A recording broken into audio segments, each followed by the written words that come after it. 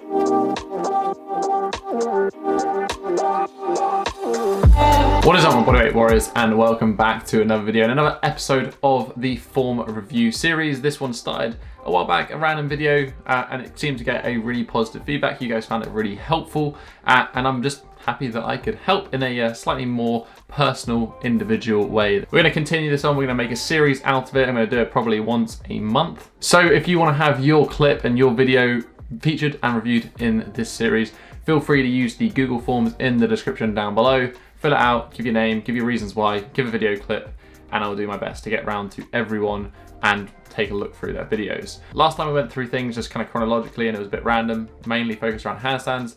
I thought going on forward, it probably makes sense to, create a topic. So today we're going to be looking specifically at anyone who focused on mobility and requested a flexibility form review. So we're going to look at that. The rest of the clips that are left in there are basically a load of handstands. So there'll definitely be a handstand only one. And then there's a bunch of also strength goals, specifically around planche and handstand push-ups. So we'll probably do another form review video on those as well. So I'm gonna stop rambling, get comfortable, grab yourself a coffee, that's all I've got, and let's jump into it. So the first clip comes from Amina, and she is working on the front splits. Let's take a look at this video. She says that she is stuck in the hips and the hamstrings and can't make any progress. Let's take a look and see what you're doing and see if we can provide any feedback for you.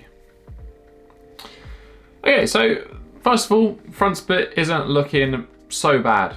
In general, to be honest, is looking pretty good. You're getting closer to the floor. One thing that you are doing right is the hips relatively square. You're not letting the hips twist and open. You're not letting that back leg hang out. You're keeping them nice and square, which is good. That's a good starting point. There is definitely one big obvious issue with this, and that is to do with your kind of position when it comes to the hip. So if we to take a look at your hip position here, what we'll see is that there's basically one big straight line going through your hips and your lumbar.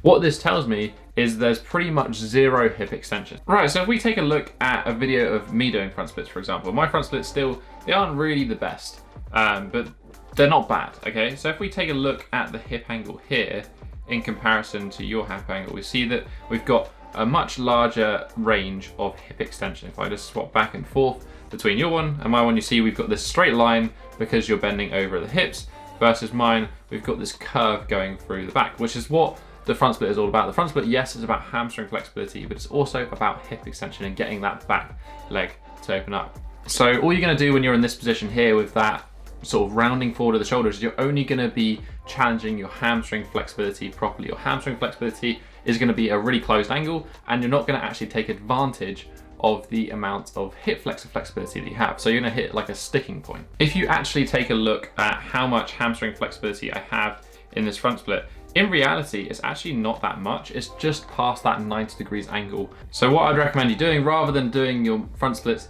in the position that you have submitted in this video, grab yourself some chairs, grab yourself some yoga blocks, be able to sit up into that front split position, get nice and upright with the chest. Think about squeezing the glute on the back leg, pushing that hip forward, opening up the front of the hip so you get a really nice stretch in the hip flexor. Then you should be able to sink much lower into your front split, and you should feel that the hamstring is limiting you less, and it's going to be more about that back leg. So I hope that one helps with your front split training. If you want some more guidance about actually training the front split, I would recommend doing a routine. Routines help, programs help, consistency helps. I have a front split tutorial on this channel. I'll link it in the description down below.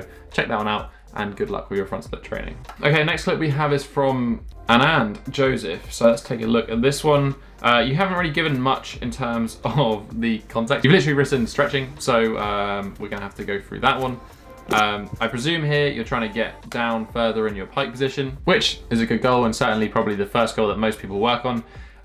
Here your flexibility actually is pretty good in general. It's not too bad at all. Probably the main thing that I would check out here is just looking at the angle of your back. The actual hip angle is not really actually much past 90 degrees. Instead, a lot of that flexibility is coming from this spinal flexion. If we want to develop the pike further, we need to get more of a proportion of this stretch coming from the hips. So for yourself personally, I would start working on some neutral spine variation so we can get this angle down further. You need to get that hip rotation more because at the moment you're hanging out on the max of your spinal flexion, which is used as in your pike, no doubt about it. but it's only going to be able to flex so much. The rest of it is going to need to come from the hips. So I'd recommend checking out my Why You Can't Pike and Pancake video. This one goes around about how to use neutral spine stretching for the pike and the pancake. Again, linked in the description down below.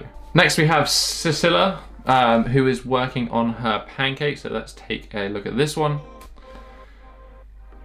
From sort of the angle of the video, your pancake's very good. I mean, you got head to floor. You can see there's actually a pretty neutral spine going on. You're getting most of this from hip rotation, which is great.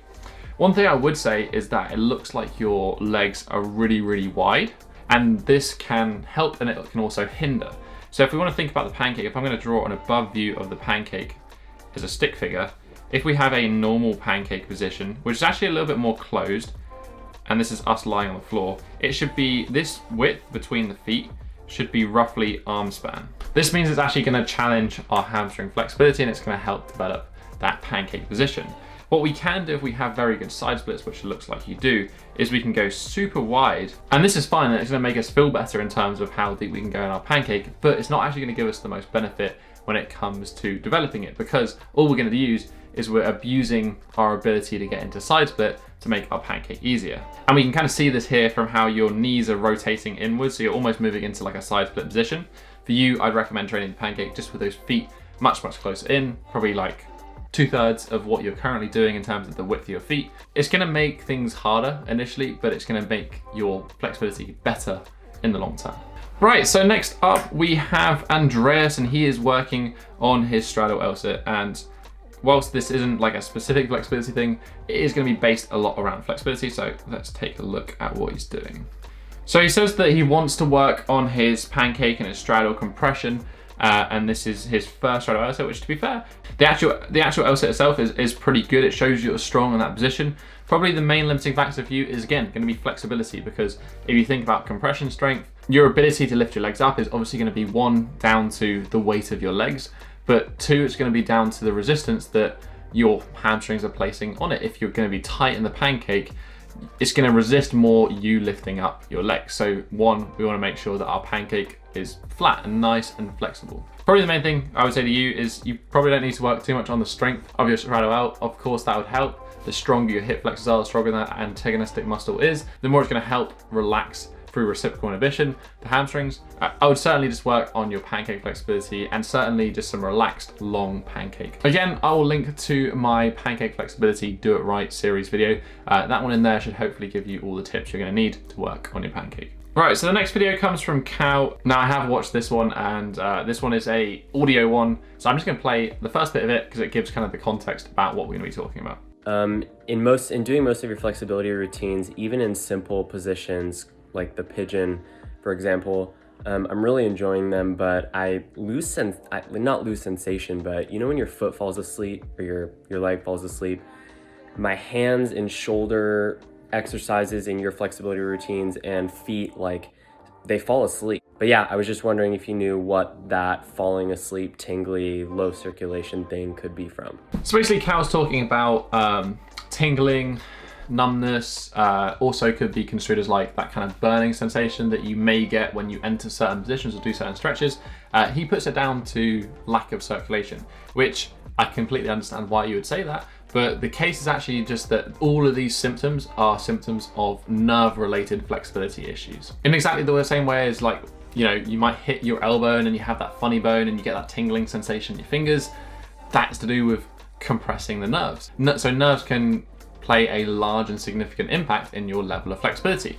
If we're talking specifically about numbness in the feet here, when you're doing something like the pigeon, for example, this is going to involve the piriformis, and something that the piriformis can compress is the sciatic nerve, and this is going to be a really important one to look at when it comes to developing your hamstring flexibility and also your piriformis flexibility. Whilst I'm not a doctor and this is not medical advice, I would recommend, you know, if this is a serious issue for you, if you struggle a lot of numbness, that tingling, then that is an issue. That is not a normal part of stretching.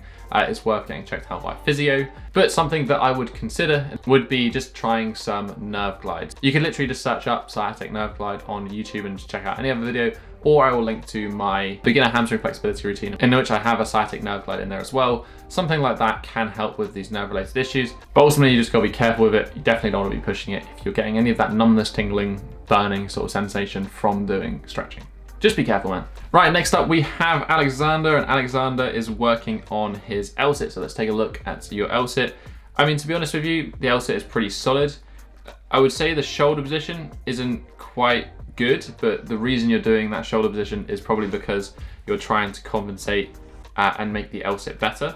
So if we take a look at your L-sit here, we can see that one, you're gonna have this large curving of the spine, and then we haven't even really got straight legs in the L-sit. So if we wanna make things better, we can think of this position as our simple hamstring flexibility. If we're just gonna be bent over and trying to stretch our hamstrings, this is essentially the same position. It's the same thing as I recommended for the Straddle L-sit. The more resistance you have for that stretching sensation, that stretch position, the harder the L-sit's gonna become. So working on just stretching out your hamstrings. I also forgot to mention for the L-sit, but also this one, I have an entire video on core compression and a routine that you can follow for core compression. So I'd recommend checking that one out. That certainly is gonna help you towards your L-sit goals. It looks like you're certainly strong enough at the shoulders. You're a little bit shrugged, you're a little bit hunched over, but I think this is mainly around compensating and trying to make the most out of the hamstring flexibility you have. So certainly the more open your hamstrings get, the better your core compression gets, the less that shoulder position is going to be an issue, and the more you can focus on that depression. I guess it would be a good comparison to make against actually the next video, which is by Andrew, and Andrew is also working on the L-sit, and I think this would be just like a very simple example to show the difference. If we look at his L-sit, we can clearly see there's like a nice straight kind of line between his back and his shoulders. He's not overly arching in the shoulders, he's not rounding the hips, because he's got enough hamstring flexibility and enough strength in his sort of hip flexors and core to hold those legs in a straight position. So yeah, this L-sit is like sort of textbook in terms of form. He's got good shoulder depression, he's pushing down through the shoulders, he's keeping those hips nice and in line. Yeah, I mean, it's overall very solid, not much to work on. He also asked in his question, he wanted to build a stable base to work on other cool skills. Any feedback? My feedback would be to work on the bodyweight basics that I put out at the beginning of the year. I'll link to that video down below, but essentially I went over in there like 3 levels: basic, intermediate, advanced, kind of 3 levels that I think people should be at in terms of like before moving on to other skills. The first one is all about building that basic strength and like pull-ups, pike push-ups, dips, that sort of thing. So yeah, I'd recommend checking that out, making sure you got those ticks off. Right, and that is basically it for the flexibility videos that you guys submitted. As I said, the rest of the videos were basically handstands and then like planche and handstand push-ups. So the next couple of ones of these are going to be dedicated to those. Hopefully though, you did find these flexibility tips useful, and they maybe give you a hand at looking at your own training. Again, if you want to submit your clips to this series, then please use the top link in the description down below, send your videos in. If you just want to give your 2 cents on today's video, kind of share what you're doing, share what you're working on at the moment, or if you just have any questions, I always read through every single comment and I reply to as many as I can. So leave a comment in the comment section down below. If you just enjoyed this video, you can hit that thumbs up button and support the channel, support that YouTube algorithm. Right next to it is that subscribe button as well if you want to join the Bodyweight Warrior tribe. Don't miss out on any more of these future form review or other videos on the channel. Highly appreciate you sticking around. But other than that, I hope you're staying safe and staying well during these crazy lockdown times. As I keep saying, stay sane, make gains. If you've got lots of time on your hand, make the most of it. But that's basically it for this week, guys. I'll catch you in the next episode. Have a strong week and